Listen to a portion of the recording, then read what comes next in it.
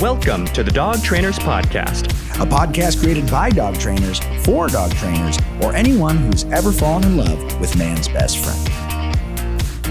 Hey everybody, welcome back and thank you so much for listening to the Dog Trainers Podcast. Mariano Alvarez here with Brent LaBrada, and a very special guest we'll be announcing in just a sec. But first, we do want to give you guys our, is it weekly-ish? Weekly thank you so much for being solid listeners. We appreciate you guys and all your support. We thank you for all the Instagram messages, and we're catching up. Give us time, but we appreciate you guys. Thanks so much. Please keep sending trainer recommendations for the podcast our way. And with that, over to you, man. All right. Thank you guys so much. This is season 2, episode 7. And as Mariano said, we have another very, very special guest. He is in NYC. We just came back from there visiting our boy Blake Rodriguez, Tom Davis, and Mr. Tyler Muto. And he was actually recommended to us by most of them. And we heard his name from a bunch of friends, Jonas Black, John Gatta, and finally we have the pleasure of interviewing Mr. Brett Bailey from Who's a Good Boy Industry. You guys can follow him at Who's a Good Boy _Industries on Instagram, TikTok, and Facebook. And you guys can check him out at Who's a Good Boy Industries.com. So with no further ado, how are you doing, Brett? Doing good. Thank you very much for having me. Appreciate it. Of course. Now, this might be a little confusing because your name's Brett. My name is Brent. So if I answer when someone asks you a question, we're going to stumble on top of each other. But we'll do the best we can. Exactly. We'll do the best we can. People have called me Brett my whole life, by the way. They never. I've been called Brent as well. Yeah, they never get the end. So I'm sure we're the different sides of the same coin, buddy. So that's great. So let's go ahead and would you mind telling the people what you do? Okay, so basically I'm just like your average dog trainer, just working in New York City. I primarily work with fear and aggression and puppies. That's pretty much what I do lately. That's awesome. That's awesome. So the puppies is obviously for prevention, right? And so you specialize in aggressive behaviors particularly? So with puppies, it's more about the optimizing the critical socialization period. Yeah.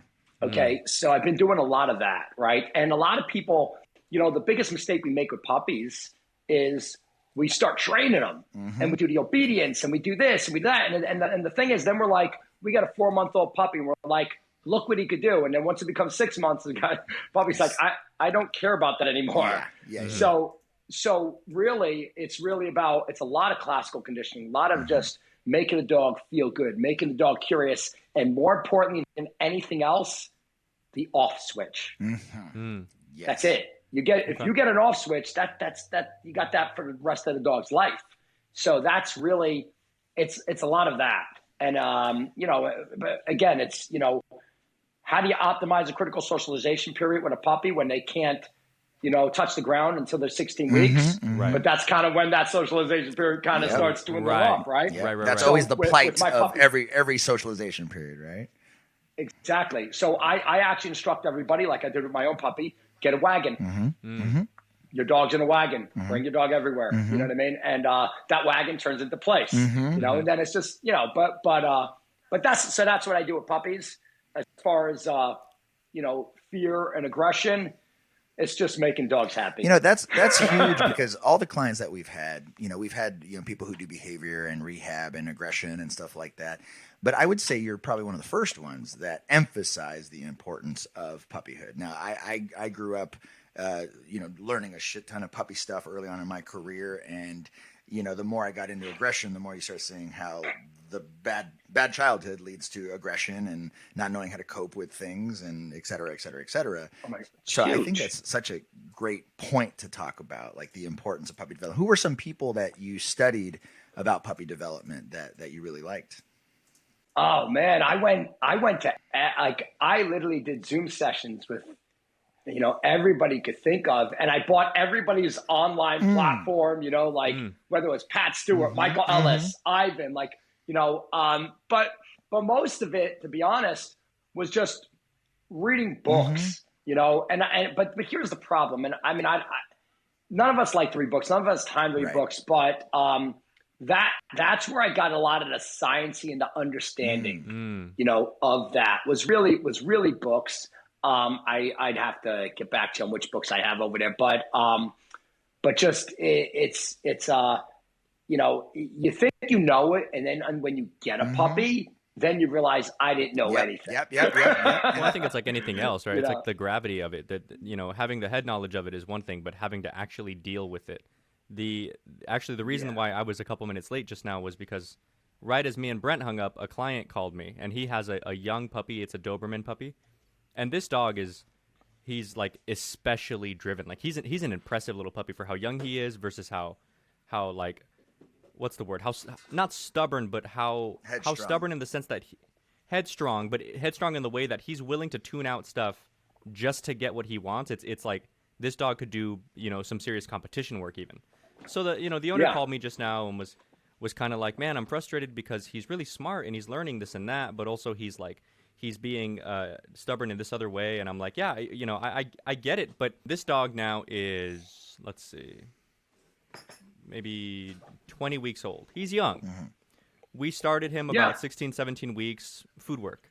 And then he brings him back next week. We do some more food work. And then he brings him back the next week, and we try a slip lead. And he was stubborn in the sense that, like, the lesson we did, here, he did pretty well with slip lead pressure. And honestly with food, too, because the owner struggled with food work. And I thought for a while that maybe he was just doing something wrong, the owner. Because the dog, instead of like laying down, let's say, would pop up backwards and like jump around. So I'm like, okay, your hand placement must be off or something, right? So what I offer to clients is, if we do lessons once a week, like I'm sure that's the typical for most dog trainers, right? It's like once a week. And I send them homework in a PDF file so they kind of know what the drills are for the day.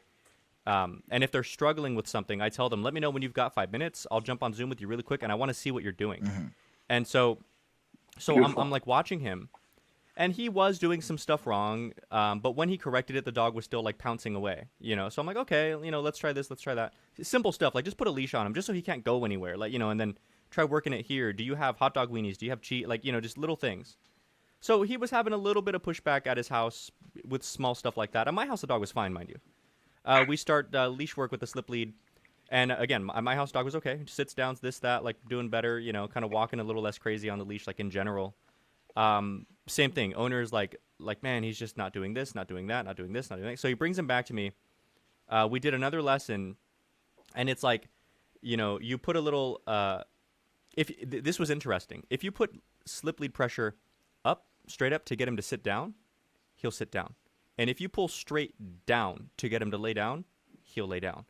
If you walk away and try to recall him and give like lateral pressure like this, he fights and squeals, and I'm talking like like the second you start to put pressure, the dog like flips, and we're like, oh, okay. So, but then again, same thing, do it again, sit down, and then he's fine, he'll take food, like he's otherwise okay. So we had to do, I put his harness back on, and I was doing recalls with his harness and sits and downs with his harness, which was a different like feel. It's not something I've done a ton, so I had to kind of figure it out, if I'm honest, But the dog was responding to it nonetheless, and he called me right now, and I was like, okay, so how's the homework going, stuff like that.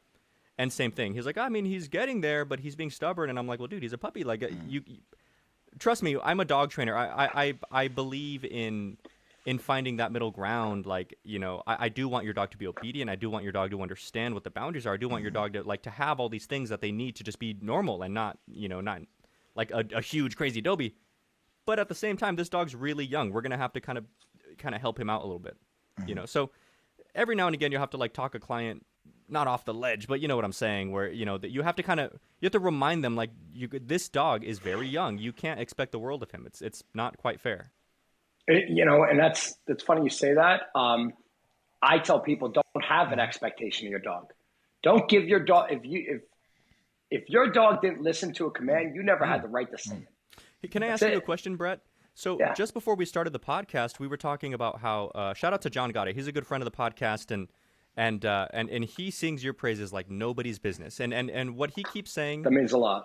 What he keeps saying in particular, though, is Brett Bailey just has a way of describing things. He has a communication style. He has his choice of words and everything is just perfect. And so we were also talking about how you do a lot of work. Which we'll get into in better detail, but essentially bridging the gap between force-free trainers and balanced trainers because both sides really respect your approach to training. So I guess what I wanted to ask you to to kind of bring us back to like the beginning of the interview processes, can you talk to us a little bit about who you were before dog training? Oh man. So before this is untapped stuff. So actually before before dog training, I actually was a strength coach, and I was actually a certified life coach before it became a fad and everybody was a life coach, right? Right. And this was so I was certified with the ICF, and I was a strength coach for what's called SFG, Strong First. It's a kettlebell certification. That's cool. And I've been doing dog training on the side the entire time, but little by little, it just started growing and growing and growing. And then when you get involved with rescues, then you just put everything else aside. Yeah. So that just took a whole over different level everything. of fulfillment, than any Yeah. profession. And then, dealing with dogs and dealing with people is just, I'll be honest, the fitness industry is so much more noisy than the canine industry. So you think we fight about things. The fitness industry is 10 times worse. I believe it. Yeah, So this is, but yeah, so, I started off, when I started, I didn't know what I was doing. I was dating a girl in Brooklyn for 6 months, and I couldn't get in her apartment because she had 2 dogs that wouldn't let me in. And I was like, "This sucks!" Like that we've heard. That's awesome. So I did what any normal human being would do. I first picked up a bunch of Cesar Millan books. I read 4 of his books, and I was like, "This is gonna work." And then I realized none of this works because I can't get close to the dogs. By the way, Doberman and German Shepherd. So just where I'm coming from. So yes, you already know. So I picked up a book called Coaching People to Train Their Dog, right? So I'm going to teach my girlfriend to train her dog. I didn't realize this was actually a study guide for the CCPDT certification. Hilarious. Right? Hilarious. So this is like one of the first real books I'm reading. I'm like, oh, this is really interesting stuff. This actually makes sense. So You're like, it's so well I read that book. Yeah, I'm like, so it was really funny. So I eventually moved in with her 3 months later, and this inspired me to get into dog training.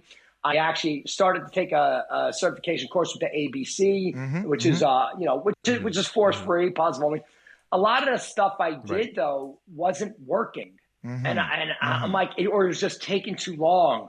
So then I learned about balance training and suppression and punishment and how to use tools appropriately and how to do everything appropriately. And I was like, wow, this is really exciting. I'm getting some results, right?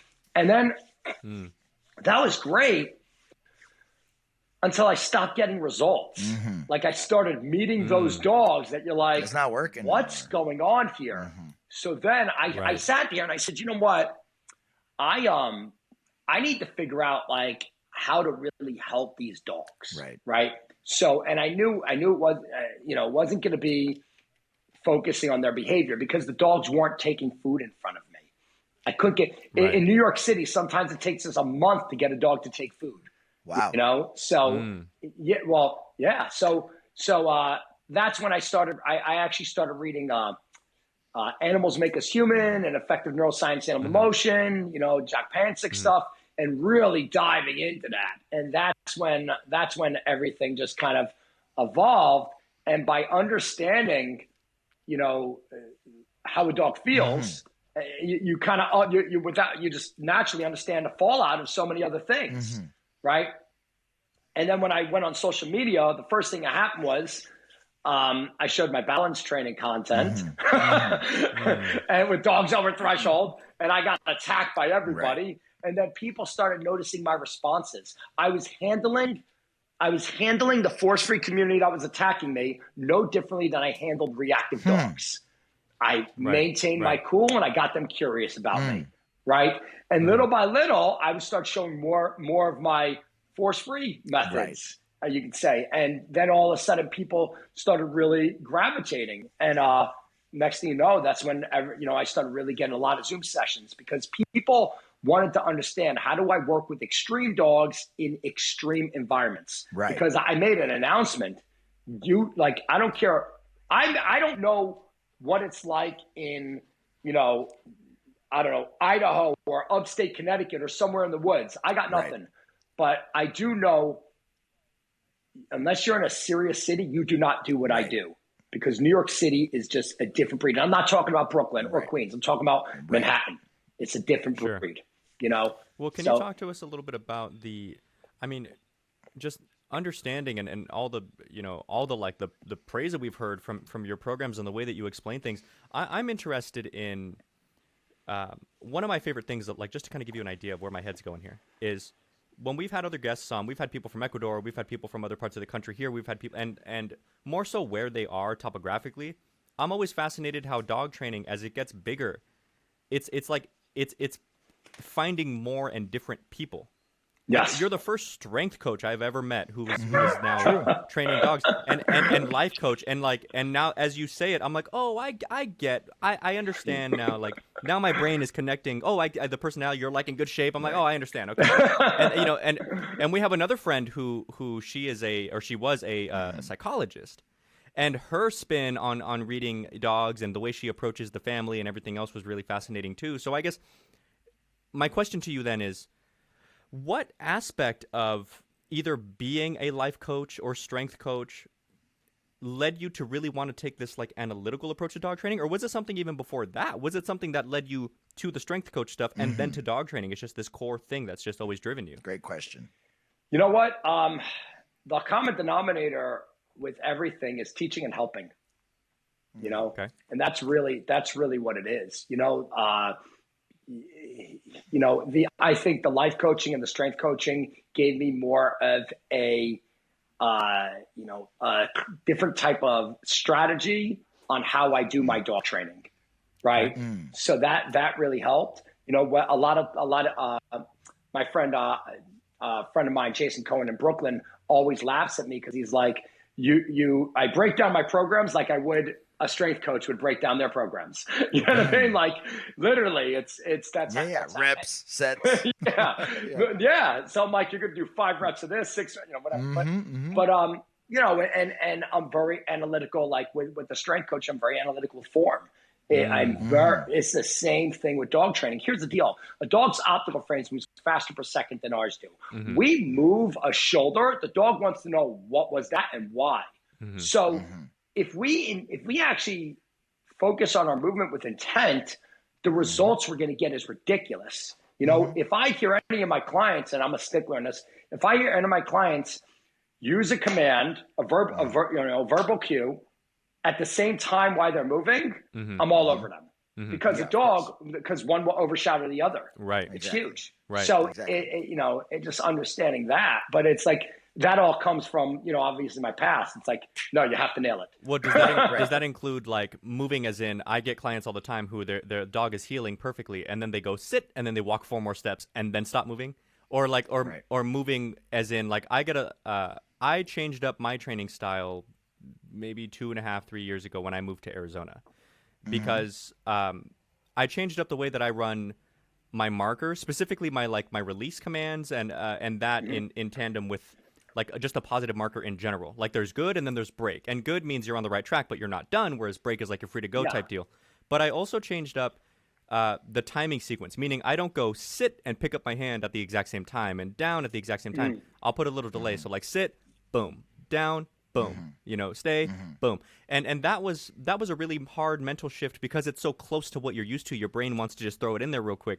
Especially like when you want to, it's really hard to not jump on the leash the second because you feel like you're behind. But I guess when you say moving, are you talking about like them physically walking somewhere, or are you talking about like hand signal type stuff? No, I'm talking about if I sit here and say yes, that hand goes back a little bit behind me, I take a half a step, and that dog walks into the food. You know what I mean? When I sit here and I want to, let's say I'm clicking a clicker to disrupt the behavior. You don't click, like if we're rehearsing it, we don't click when the dog's looking at us. We click when the dog's distracted, and we don't move while we're clicking. Right. You know what I mean? Once we click, then we say yes. Once we say yes, then we can move. So it needs to be broken down, and it could be frustrating to clients, but I'm like, we sequence, don't, that's why you practice in a low distraction environment, Well, and that's, to your point there, all my programs with, fear and aggression, we start in the home, Mm-hmm. then we go to the hallway. Right. Then, a few days later, we go to the foyer. Yeah. And then a few days later, we go outside. Right. We don't go right outside. Right. Right. It's huge.